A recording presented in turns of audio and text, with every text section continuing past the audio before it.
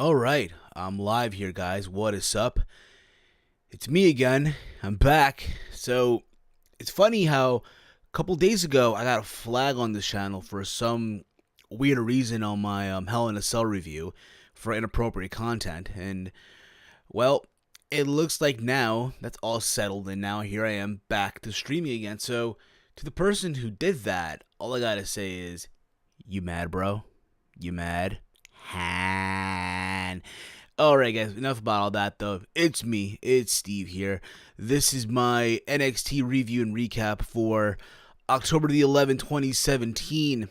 Tonight's NXT overall, I thought, was a very, very solid show with a good main event. We saw Andrade Cien Almas versus Johnny Gargano 2. We also had the triple threat match to determine who was going to join Kairi Sane in the Fatal 4-Way to crown the new NXT Women's Champion come take over Houston.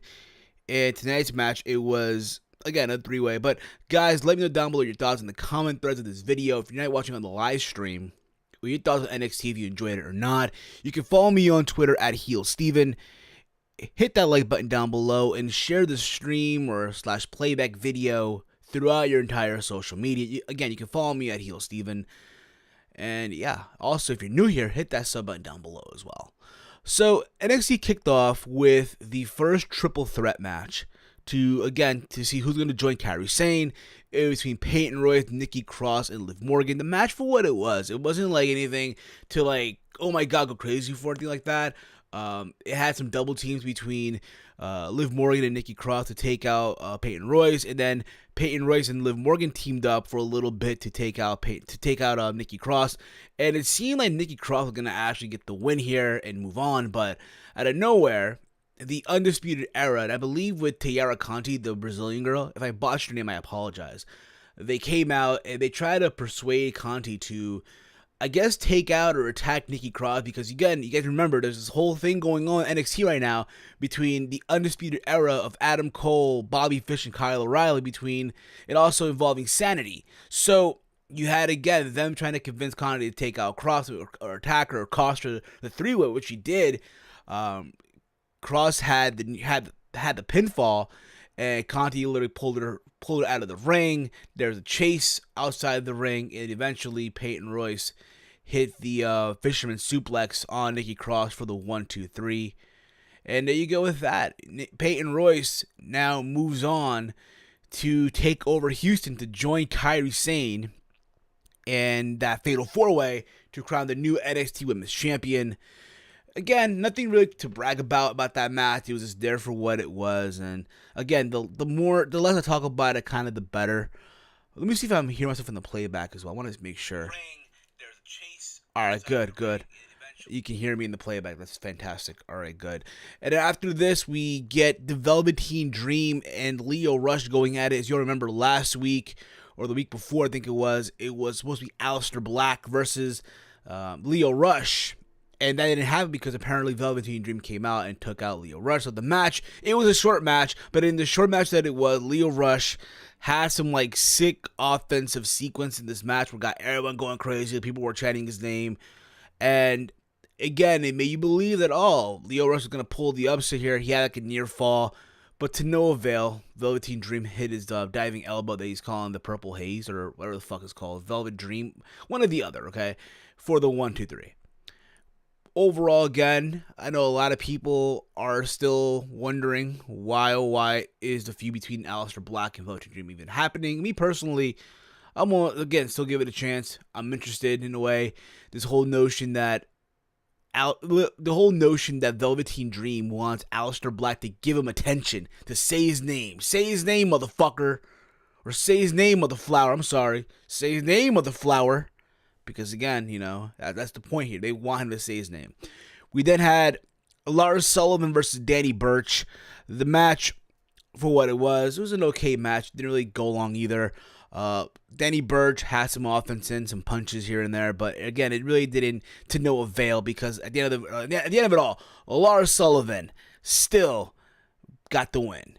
And I said it before, I'll say it again. Lars Sullivan is a slow project that you just slowly build up. You don't want to rush this guy. You don't really want to, overdo it with this guy either. but I see potential with this guy once he gets the main roster. I'm not saying give him the world title or something like that, but I get the feeling he's one of those guys that you can definitely see Roman Reigns, for example, feuding with on a filler pay-per-view for no reason whatsoever. That's what Lars Sullivan reminds me of. Again, he reminds me also of an inflated, I guess, what's this guy's name? My PS4 went off. There you go. He reminds me of an inflated Baron Corbin. There you go, with no hair at all, if you will. Yeah, the Street Profits going up against Damian Smith and Marco Espada. It's a short match here. The Street Profits got the win. Then celebrate with the crowd at Full Sail University. Again, for what it was, again, a short match. They're getting a reaction right now. People going crazy for the Street Profits right now. I guess you could say they're the new Kaz and Enzo, since Kaz and Enzo are now they're split up. But you kind of get the gist. They're not on the main roster. And honestly, I don't see them actually having any success on the main roster with that gimmick. Because I feel like, again, these overhyped, overplayed out gimmicks in Full Sail, they get a reaction and the whole assumption, once they hit the main roster, though, it's going to be something different. Like, no, I don't see it, to be honest. But I can see them potentially going up for the tag titles somewhere down the road, maybe in a year from now, but we'll see. And then we had the main event. It's crazy, too, because this episode of NXT, there were like 5 matches in 1 hour. That's crazy. 5 freaking matches in 1 hour. Then we had the main event. Andrade Cien Almas versus Johnny Gargano. Part 2, the rematch from TakeOver Brooklyn. I thought there was a very, very good match. I'm not saying it was better than the first one because I feel like the first match of TakeOver Brooklyn 3 had more drama behind it. And again, just a very good back and forth match. Just craziness. Near fall after near fall here. Everyone thought Gargano was going to win. There's moments in the match as well where Almas had Gargano in an armbar on the ropes. And near the end of the match, right, near the end of it, Gargano hit the Gargano escape on Almas. And Zelina Vega, who's literally outside the ring, literally pulls her jacket zipper down and revealed that she's wearing a DIY shirt. The same DIY shirt, I'm assuming, that she threw at Gargano at TakeOver Brooklyn 3. And Gargano wasn't having it. He's just ignoring it, like, oh, you're not going to get to me, what have you, like last time.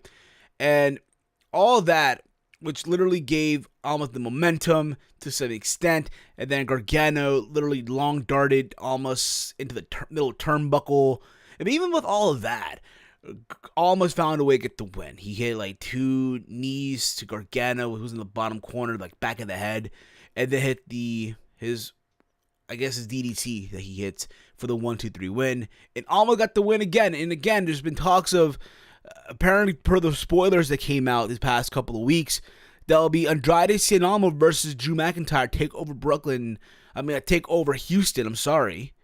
So, and I know, you're spoiling. No, listen, it already came out. Okay, let's keep it 100 with that. And I guess this is the momentum you're going to give this guy now. Because, again, it's momentum, and I can't wait to see that match, see how it goes down.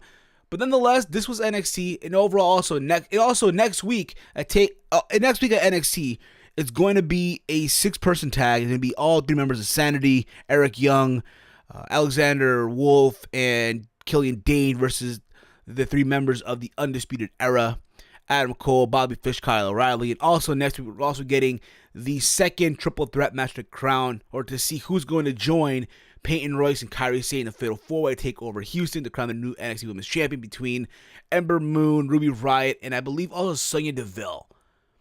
That's going to be very interesting to see as well. But guys, give your thoughts down below, your thoughts on NXT this week, if you enjoyed it or not. Follow me on Twitter at HeelSteven. Make sure you like all my videos. And as always, hate, comment, and subscribe. And until next time, just remember, y'all. Remember, it's wrestling and whatever.